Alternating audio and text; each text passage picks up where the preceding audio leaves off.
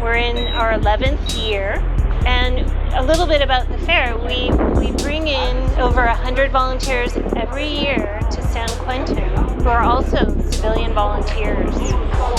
They represent people from the public health department, Chinese medicine. We have Tai Chi and Qigong practice. We have nutrition specialists, nurses that come in and test for cholesterol and blood glucose levels, and on and on and on. I got involved a few years ago. I read something about Kathleen Jackson, who was then the President Executive Advisor, and I felt that this was a place that could use volunteers, and I felt very committed to the men in trust. So I have been involved since the very beginning and always very interested in providing services, care to my entire community, and I consider the people who reside in prison to be part of my community. On one level, I think we're providing information about healthy behaviors, we're testing them. So on one hand, I think there are things that we're doing that contribute to the life of the inmate. On the other hand, every person who volunteers has an amazing experience and appreciates just really the honor of being here. It's almost a gift. Right now, as I look out, I see a lot of people who are just really excited about this event. You know, people who have the privilege to come here and be of service, and as well as people who are here to get really much needed services.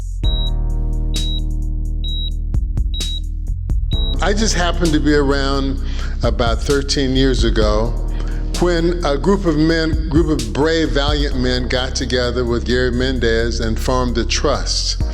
And the T.R.U.S.T. talked about how could we make ourselves healthier. So they got together and said, we'd like to do something for the men here at San Quentin because many of us have health issues, whether they be physical issues or mental issues or issues of the spirit. Well, the idea of the health fair came about years ago when the T.R.U.S.T. came to San Quentin, and it was more about teaching people how to be health conscious and promote people, taking care of themselves and preventative measures. And saying that there was a problem in the communities that people weren't really aware of what was going on with themselves health-wise. And so it was an opportunity for us to come in and give people the option and an ability to start learning about their health problems so they can take some power and control their own lives. Oh my gosh.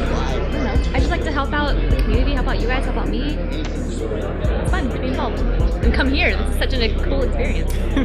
Hopefully help some people. Been any other prisons?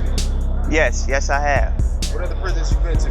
High Desert, Susanville, Tracy, Jamestown. Have you ever seen anything like this at any other prison? Never. This is new to me. I'm kind of like shocked by this, but it's a blessing too that people coming from the streets and supporting us. It's a blessing. Have you ever seen anything like this at any other prison? Never. Never seen nothing like this? Never seen like this.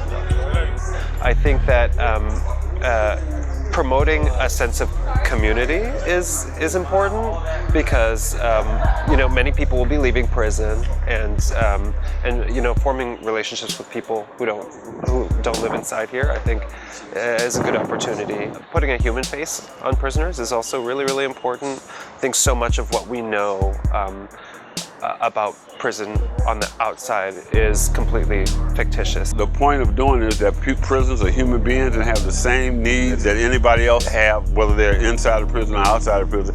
And it's in all of our best interests if these services are provided and prisoners are happy and healthy and can become, contributing members of the society.